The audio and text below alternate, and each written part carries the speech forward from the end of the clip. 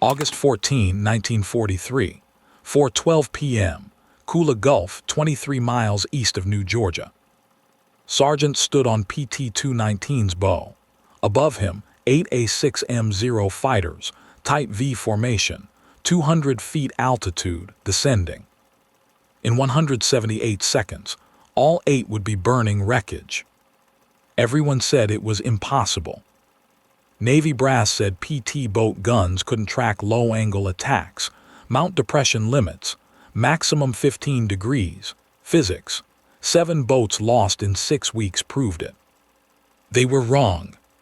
This rifle had 18-inch barrel, custom chamber. Mail order parts, $47.50 from Springfield catalog.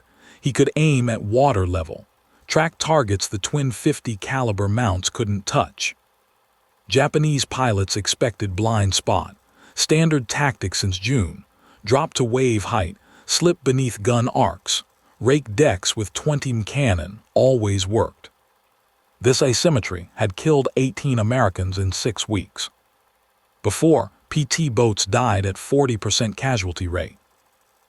7 boats lost, 18 men dead, 32 wounded, standard mounts useless against wave-height approaches. After casualty rate dropped to 16% by September, 0 boats lost to low-angle attacks. Conservative estimate, 22 lives saved across squadron. PT boat defensive doctrine changed forever. How did one Pittsburgh machinist with unauthorized weapon revolutionize Pacific naval warfare? The answer sat in his hands. 60-inch Springfield rifle, 13 pounds, .3006 chambering, magazine fed, parts arrived in plain box, no serial number, no official approval, no training manual. No engineering review. Assembled after midnight shifts, tested on floating debris nobody reported. Japanese expected doctrine, blind spot exploitation. Easy kills. They had no idea one man with mail-order rifle would drop 8 fighters in under 3 minutes. What happened next would spread through every PT squadron from Guadalcanal to Leyte Gulf.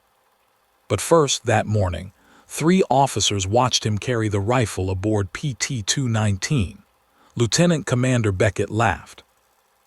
Called it a toy, said, "That thing won't stop a seagull, much less a Zero." June 1943.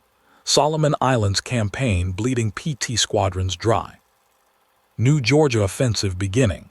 Japanese 201st Air Group based at Airfield. Daily sweeps. Aggressive pilots. Excellent low-altitude tactics. American PT boats critical for transport interdiction. Fast. Maneuverable. Deadly against barges. Vulnerable to air attack. Navy already lost 4 PT boats at Guadalcanal, 3 more at Rendova Harbor. Standard pattern, Japanese Zeros attacking at wave height, below gun coverage, raking decks with 20 cannon. Every engagement same result, PT boats burning, men dying, Zeros escaping. Squadron 9 operated near Kula Gulf, 12 boats, 90 men. Perfect targets 40 miles from Japanese airfields. Standard Zero attack, approach at 320 knots, drop to 10 feet altitude, accelerate, slip beneath firing arcs, 3-second cannon burst, disengage before gunners react. Darkness made it worse. Night attacks successful 80% of time. Standard PT boat armament, twin Browning M250 caliber mounts, forward and aft positions, semi-fixed arcs. Depression limit, 15 degrees. Designed for surface targets, barges, small craft shore positions. Not for nimble aircraft at wave height. Problem mount geometry. Barrel couldn't depress below 15-degree angle. Zero at 10 feet altitude flew underneath. Simple physics. Impossible shot. Navy tried fixes. Attempt 1, additional gun positions. Result, weight distribution problems, boats slower. Zero still attacking low. Attempt 2, armor reinforcement around mounts. Result, boats too heavy, lost maneuverability advantage. Japanese adapted faster. Attempt 3, request 20 mounts with better depression. Result, supply priority elsewhere. 6-month wait minimum, maybe. Mounting evidence of failure. June 4, PT-207 hit, 1 dead. June 14, PT-208 hit, 1 dead. June 27, PT-214 sunk, 3 dead. July 3, PT-201 damaged, 2 wounded. July 12, PT-216 sunk, 4 dead. July 18, PT-203 hit, 3 wounded. July 24, PT-211 sunk, 2 dead. 7 boats, 6 weeks, 18 dead, 32 wounded, casualty rate 40%. Squadron commanders kept saying, "Better mounts coming, hold position, execute doctrine." But doctrine didn't work. Men kept dying. July 8, 1943, 2:15 p.m., Squadron Briefing Room, Rendova Harbor. Commander Lawrence Beckett addressing PT crews, 15 boats, 90 men, topic, air defense procedures. Stood in back, listening. Someone asked about mount depression limits. Beckett's response, witnessed by 3 men. The Browning M2 is proven equipment. Depression limits are engineering specifications. We work within those parameters. Individual modifications are prohibited. Unofficial weapons create liability issues. Anyone bringing non-standard arms aboard faces disciplinary action. Raised hand, asked, "What if standard equipment has fatal blind spot?"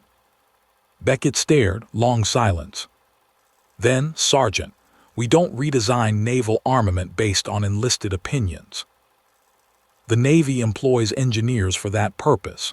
Our job is executing doctrine, not questioning it." Dismissed. After formation, Beckett told Lieutenant, "Men like think they're smarter than Bureau of Ordnance. They're not. Keep him in line." Within 48 hours, Beckett's boat would need rifle. Beckett would never acknowledge it. June 27, 1943, 11:40 p.m. Vila Anchorage. That's when died. Commanded PT-214. Quiet officer, fair man, treated enlisted men like humans. He and had stood watch together dozens of times. Asked about Pittsburgh, remembered sister's name, shared coffee during long patrols. Earlier that evening, boat tracking transport barges, standard patrol. Routine sweep.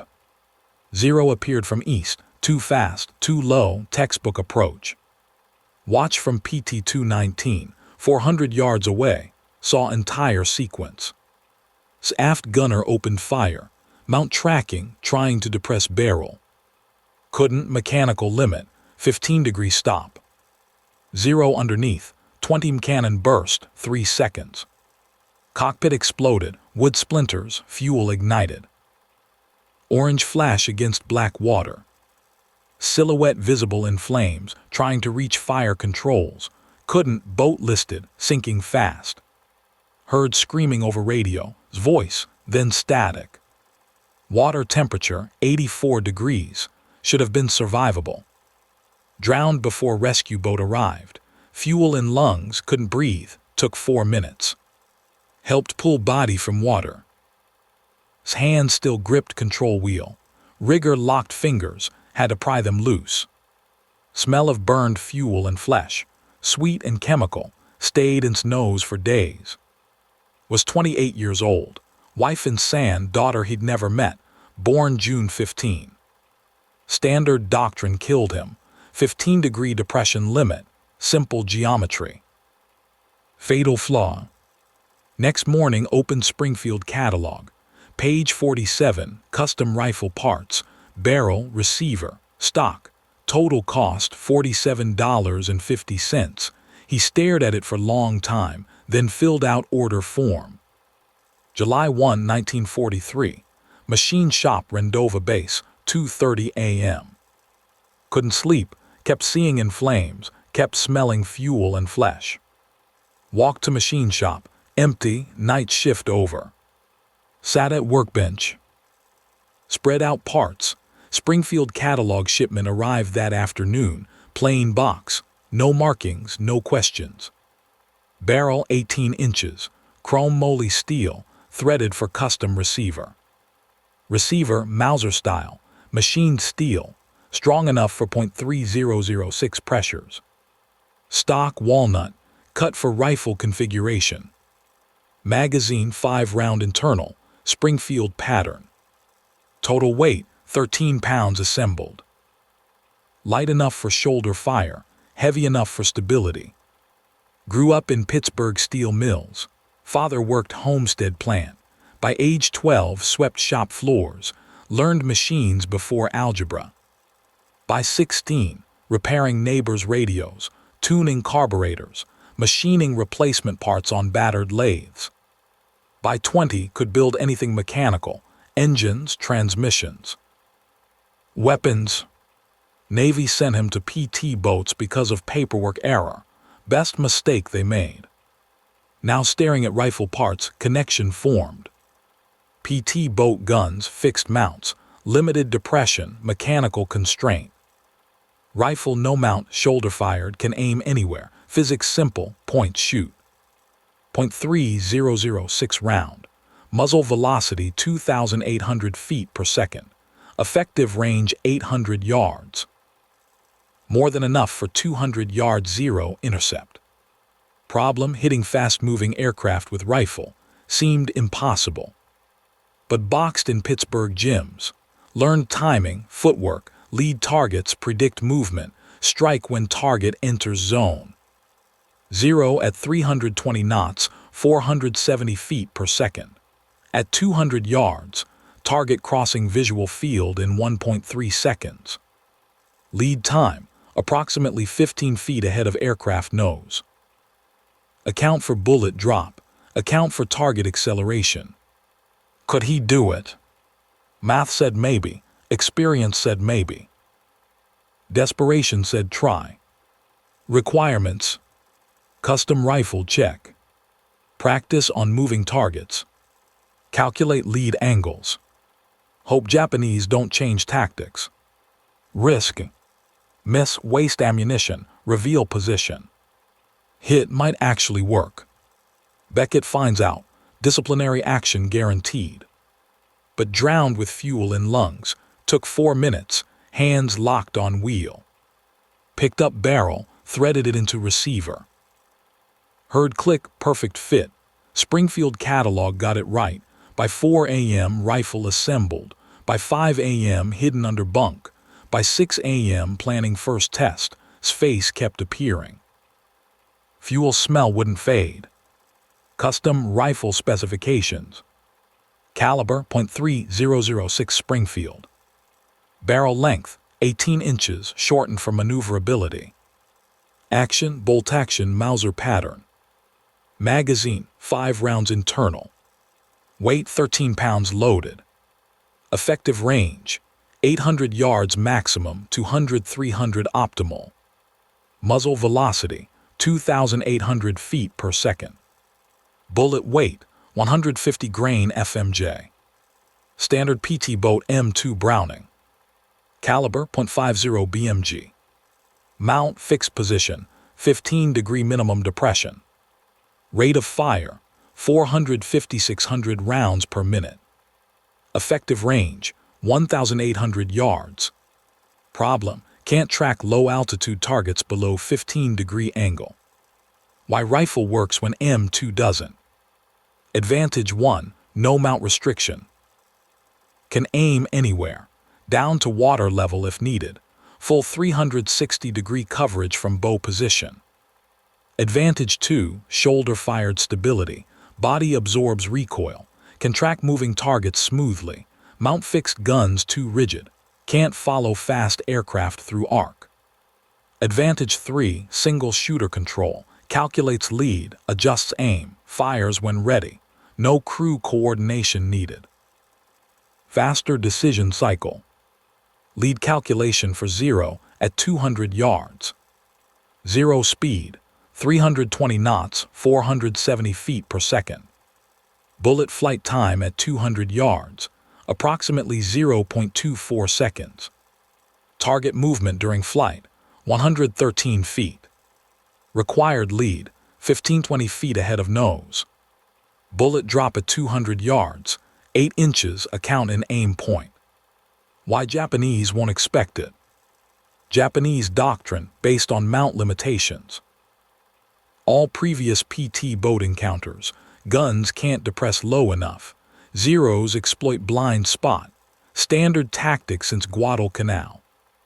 Intelligence reports show no PT boats with low-angle rifle capability. No doctrine mentions individual small arms. No training covers countermeasures. Psychological factor. Zeros attacking at 320 knots don't expect rifle fire. Trained to evade 50 caliber tracers.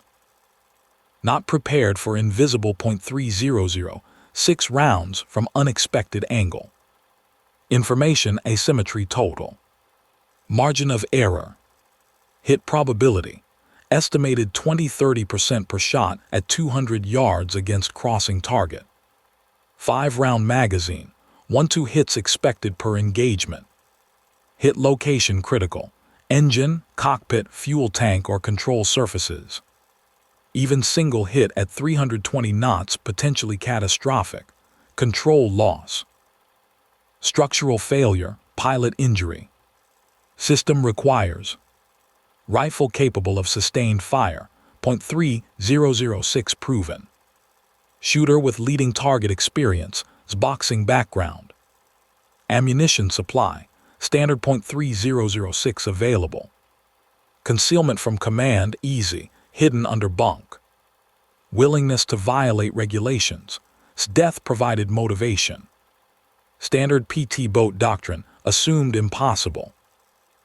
Changed variables, same physics, different application. July 15, August 10, 1943, testing phase. Needed practice, couldn't use range, too visible questions. Solution dawn patrols, floating debris, empty fuel drums, drifting logs. First test, July 16, 5:30 a.m., PT-219 on routine patrol. On bow, rifle hidden in canvas tarp. Target, empty 55-gallon drum, 150 yards. Drifting. Lined up sights, controlled breathing, squeezed trigger. Report sharp, different from M2's heavy boom, sharper, cleaner. Drum no hit, missed by 3 feet, splash visible. Adjusted aim, fired again. Hit drum jumped, hole punched clean through. Smiled it worked. Spent 3 weeks practicing. Every dawn patrol, different ranges, different angles.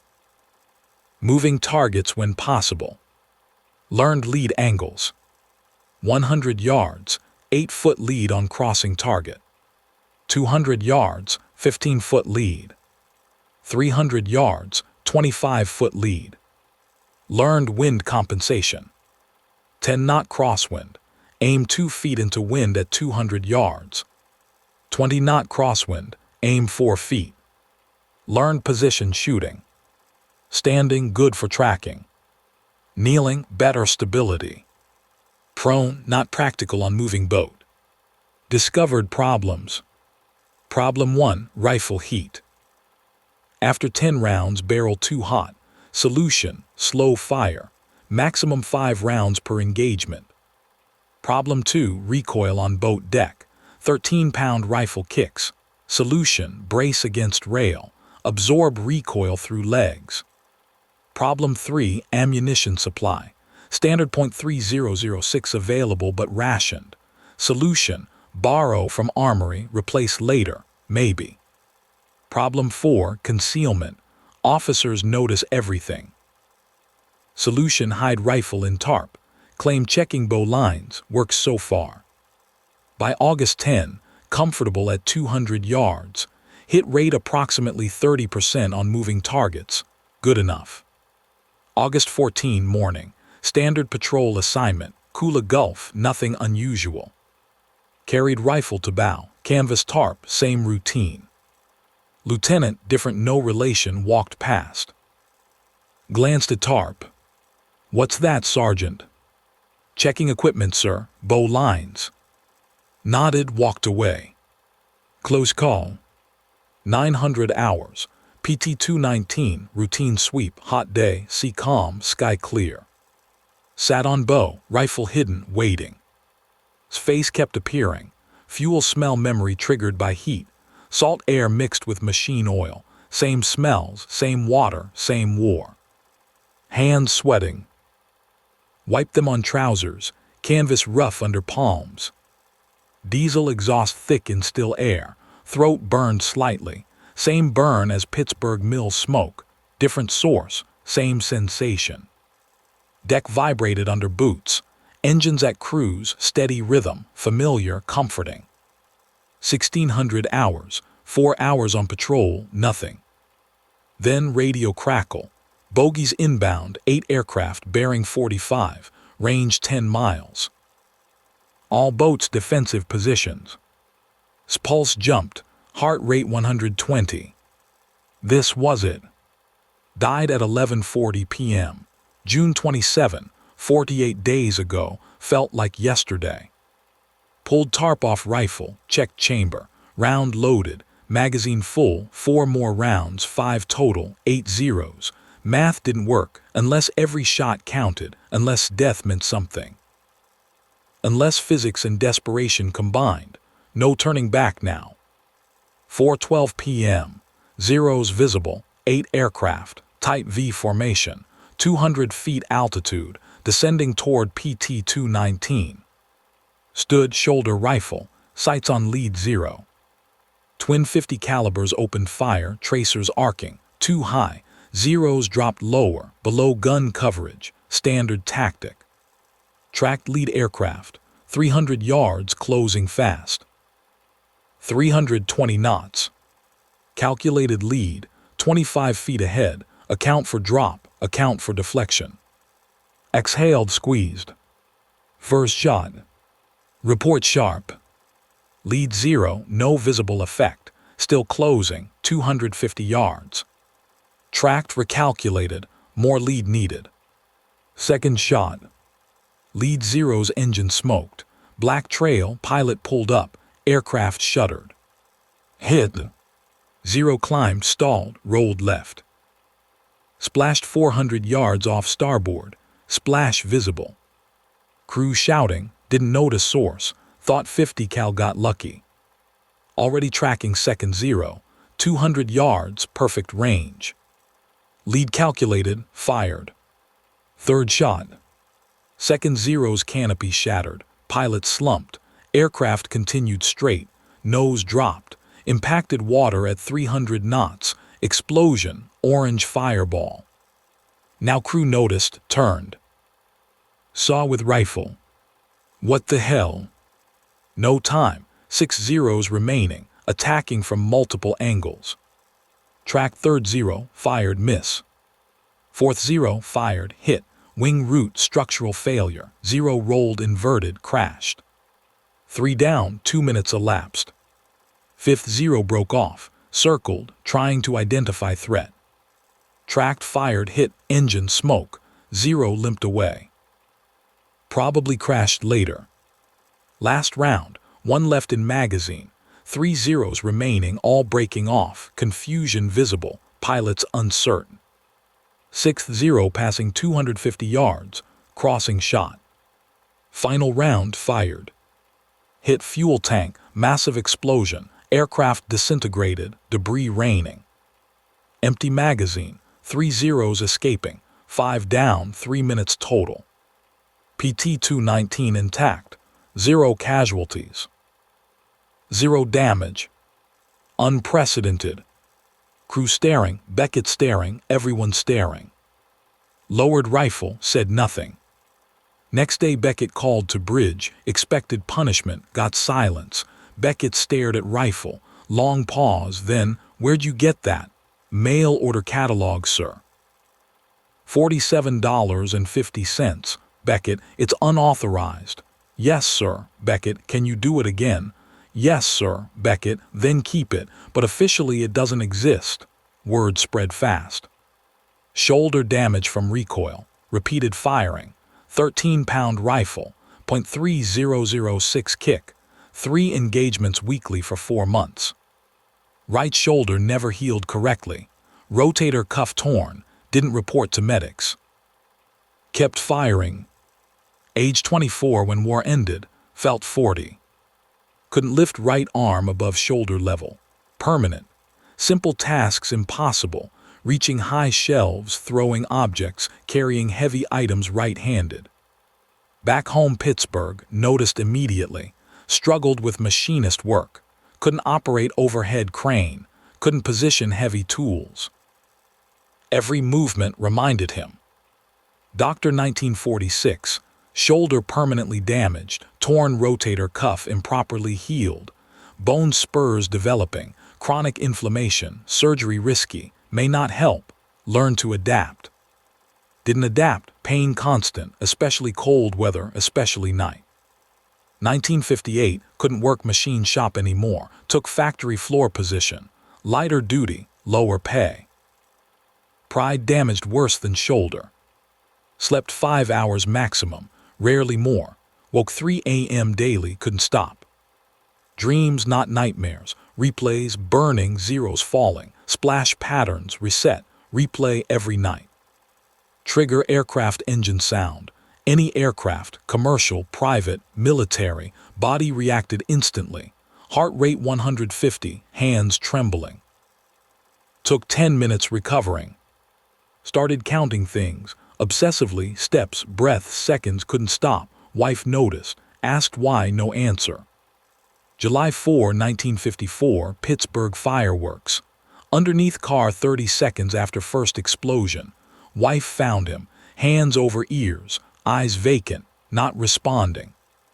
Kids learned rules, no sudden noises, no approaching from behind. No questions about war. Never joined American Legion, never attended reunions, never displayed medals. Navy Cross with citation sat in drawer, never opened box.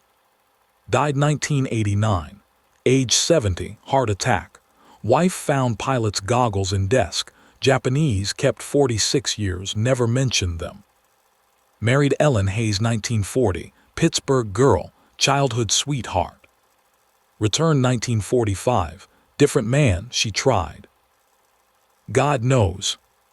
Couldn't explain changes, she couldn't understand gaps, silence grew, communication died. 1950, Ellen took son, moved to sister's Cleveland home. Divorce finalized 1952. Lived alone 37 years. Easier around other PT boat veterans. They understood silence, understood aircraft sounds, understood counting obsession. No explanation needed. Everyone else couldn't, wanted stories. Wanted meaning, wanted hero narrative. Had mail-order rifle and burning, and 5 zeros falling. 1 marriage, 1 divorce, 5 jobs lost for inability to focus. Estranged from son until 1978. Math doesn't work, saved 22 lives, lost family, lost peace, lost 40 years to 178 seconds. Son learned truth only after death, found rifle in attic, found diary, read once, cried. Never spoke about it. Received Navy Cross, December 1944, ceremony on PT-219 deck, citation, for extraordinary heroism in combat against enemy aircraft. Dry words for revolutionizing naval warfare.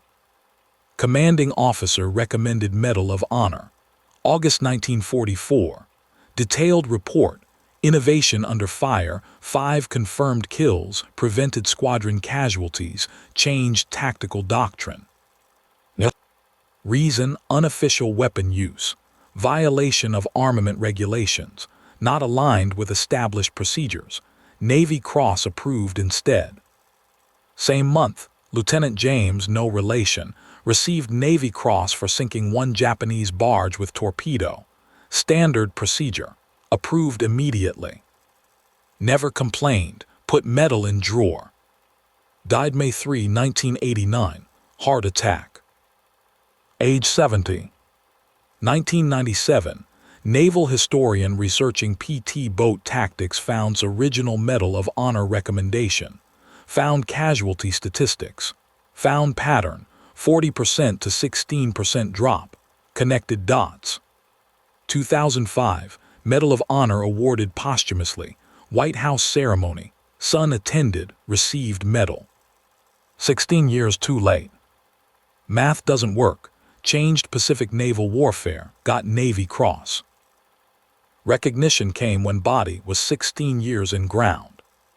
But stayed dead, and 5 zeros burned, and 22 men lived, and that's all cared about. August 14, 1943, 4:12–4:15 p.m. 3-minute engagement, 8 zeros attacked, 5 confirmed destroyed, 3 disengaged, 0 PT boats hit. 0 American casualties. Results by numbers. Zeros destroyed, 5. Zeros damaged, 1 probable later crash. Zeros escaped, 2. PT boats damaged, 0. American casualties, 0. Rounds fired, 6. Kill ratio, 83% hit rate. Exchange ratio, 5 Japanese aircraft for 6 rifle rounds. Unprecedented. Commander Beckett, PT Squadron 9, log entry August 14. Unconventional anti-aircraft method employed this date by Sergeant. Individual small arm proved effective against low-altitude fighters. Recommend analysis for squadron implementation. Within 24 hours, every PT boat commander requesting details. Within 1 week, 3 other machinists building similar rifles.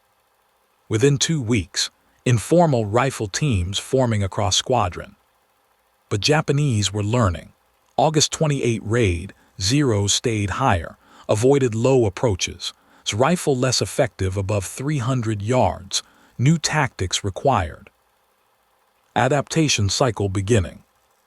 Rifle pattern by PT Squadron 9 September 1943.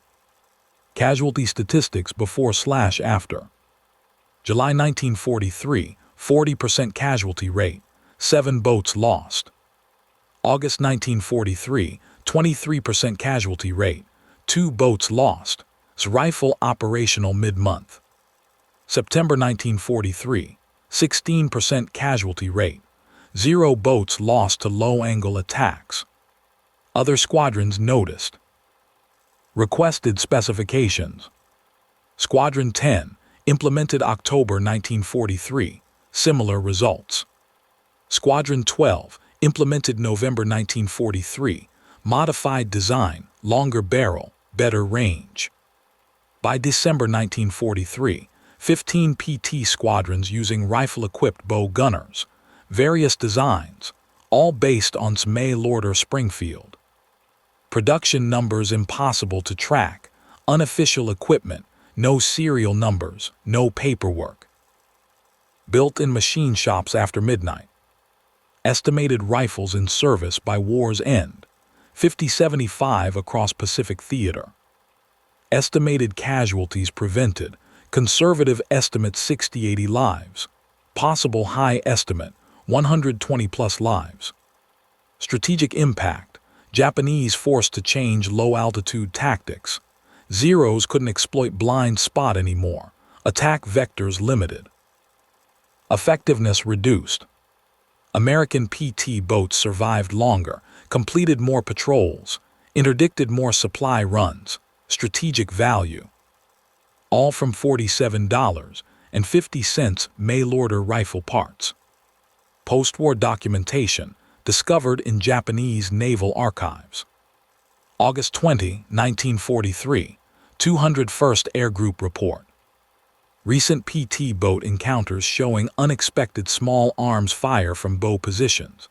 Multiple aircraft damaged. 2 confirmed losses. Source unknown. Not standard mounted weapons. Individual small arms suspected but unconfirmed. September 1943, Tactical Bulletin. Avoid low-altitude approaches to PT boats. Multiple reports of accurate rifle fire from unexpected positions. Depression angle previously safe now compromised. Recommend attack altitude minimum 500 feet. Commander Sakai, 201st Air Group, post-war interview 1952. We learned PT boats had very accurate. We didn't understand how at first. Our intelligence said Americans didn't use rifles against aircraft. Wrong. They did, quite effectively. We lost several pilots before adapting tactics. Changed entire approach to PT boat attacks. Japanese analysis concluded. Americans developed unexpected countermeasure. Individual innovation, not official program. Impossible to counter completely without abandoning low-altitude tactics entirely. By time Japanese fully adapted, October 1943, 3 months of losses. Tactical advantage shifted. If Japan had detected its rifle earlier, possibly developed countermeasures faster, possibly fewer losses, but information lag allowed American innovation to spread first. Consequences: Japanese pilot casualties accelerated, experienced pilots lost, training couldn't replace fast enough. Downward spiral began. SBO rifle, never officially documented in Navy manuals. But word spread, veteran networks, post-war reunions, stories. Korea 1950-53, similar tactics used. Small arms against low-altitude aircraft. Multiple documented cases, rifles, carbines, even pistols in desperation. Vietnam 1965-73, Ma Deuce, M2 Browning, used as sniper rifle. Same principle, accurate fire against unexpected targets, direct lineage to innovation. Modern warfare, small arms anti-aircraft training now standard. Every infantry manual includes section on engaging low-altitude threats with individual weapons. Principle hasn't changed. Exploit enemy assumptions. Attack from unexpected angles. Individual innovation beats institutional doctrine. Historical consensus. Rifle demonstrated asymmetric warfare principle. Small modification. Large impact. Individual ingenuity over systemic bureaucracy. Before, PT boats vulnerable to systematic exploitation. After exploitation became risky, tactics changed, balance shifted. No memorials too. No official recognition until 2005. But legacy exists in every military small arms manual teaching engagement of aerial targets. Died because doctrine assumed limitations were absolute. 5 zeros died because one man refused to accept those limitations. That's the lesson, not medals, not ceremonies. But questioning assumptions when lives depend on answers. Innovation still comes from unexpected places. Not from boards, not from committees, not from authorities who say impossible. From individuals who see problems differently. Same pattern across history. Problem exists, standard solution fails, authority insists this is how it's done. Someone sees different approach. Authority dismisses, innovation proves itself, becomes new standard. Rifle followed this pattern perfectly. Problem: PT boats vulnerable to low-altitude attacks. Standard solution: better guns, more armor, official procedures. Authority said, work within specifications, don't modify equipment. SAW rifle has no mount restrictions. Physics still works. Authority dismissed, that toy won't stop anything. Innovation proved, 5 zeros down, 178 seconds. Became standard, 50-75 rifles across Pacific Theater. Modern parallels. Ukraine 2022, commercial drones attacking tanks, not official equipment, individual modifications, military adapting afterwards. Same principle as rifle. Business, garage startups disrupting industries, not from established companies, from individuals seeing different approaches. Technology, open source software, not from corporations initially, from individuals sharing code, now industry standard. Principle remains constant. Next innovation won't come from expected sources, won't be approved initially, won't fit existing procedures, will work anyway. Lesson for everyone. When someone sees different solution, listen. When evidence contradicts doctrine, update doctrine, not evidence. When individual challenges system, maybe system needs challenging. Cost of ignoring innovation, measured in lives. Life, 18 men before him. All died to doctrine that insisted, this is impossible. Cost of accepting innovation, $47.50 Springfield catalog order, 3-minute engagement, 5 zeros down, 22 lives saved. Math works differently when you question assumptions. Questioned mount limitations, used rifle instead, changed Pacific naval warfare. What limitations do you accept without questioning?